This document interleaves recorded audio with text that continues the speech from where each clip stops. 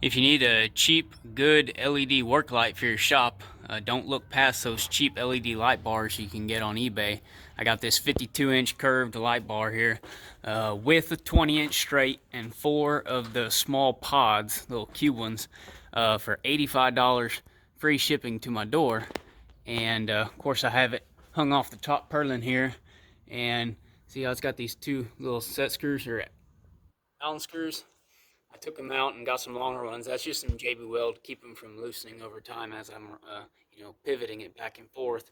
The mounts, man, it's been like 3-4 years since I've done this, so I forgot. But the mounts are loose. That way, because when this thing pivots back and forth, the mounts actually have to turn a little bit.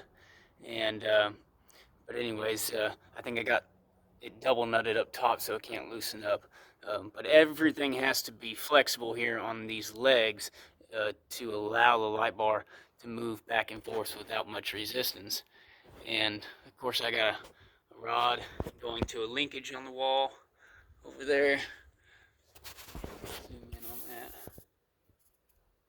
Piece of angle iron, some plate, some 1/4-inch rod, and from there it goes down to a handle that I have mounted on the wall.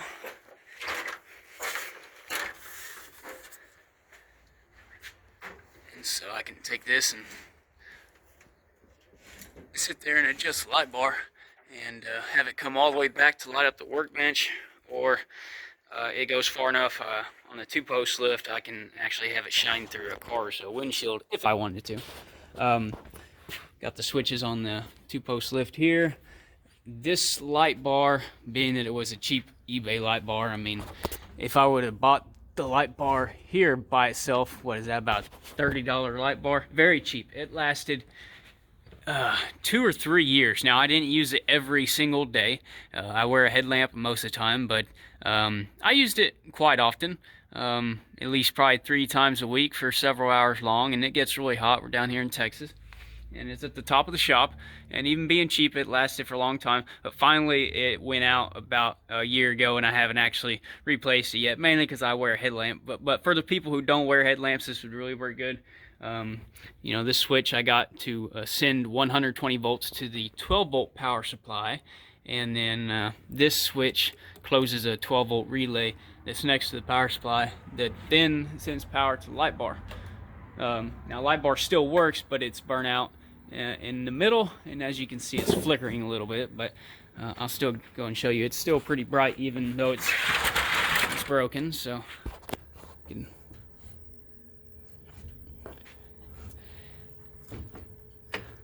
let's see. So it's lighting up the bench there. It's already lit up because I got the light right there.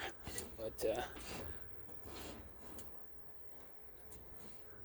when it's really dark in the shop, this thing really lights stuff up pretty nicely. So I thought that was really cool. I hadn't seen anybody do this on YouTube that has the adjustability. Now, I will say that thinking back on it, there's a much easier way to mount this light bar. You don't need to go through the trouble of having rigid rods and linkages to make this work. All you simply need to do is on this piece of angle here, you're going to run a spring from one side to something over here, so it's constantly pulling the light bar in one direction, and then in the other direction you just simply have a little steel cable and to go through a pulley and down to a handle somewhere, and you would simply pull on that steel cable and lock it into some place.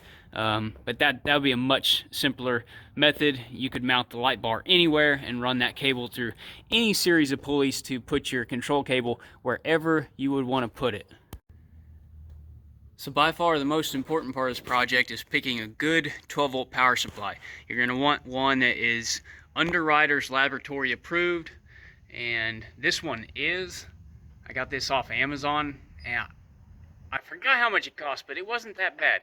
I think it was around the $100 mark. It wasn't. If it was more than $100, it wasn't much more. I had another power supply, and it only lasted about a month. I also got it on Amazon, but it was not approved by Underwriters Laboratories. So now this one has a cooling fan. Runs all the time when it's energized. Keeps it nice and cool. But just in case, you know, we're at the top of the shop, really hot. If this thing were to catch on fire or something, I did mount it off of the insulation. So, but being Underwriters Laboratory approved, I don't think it's gonna have any fire hazard. I hope not. And there's the 12-volt relay that is energized with the same 12 volts that the power supply produces from the switches down there.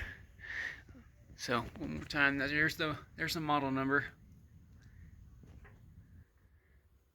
Very simple to hook up.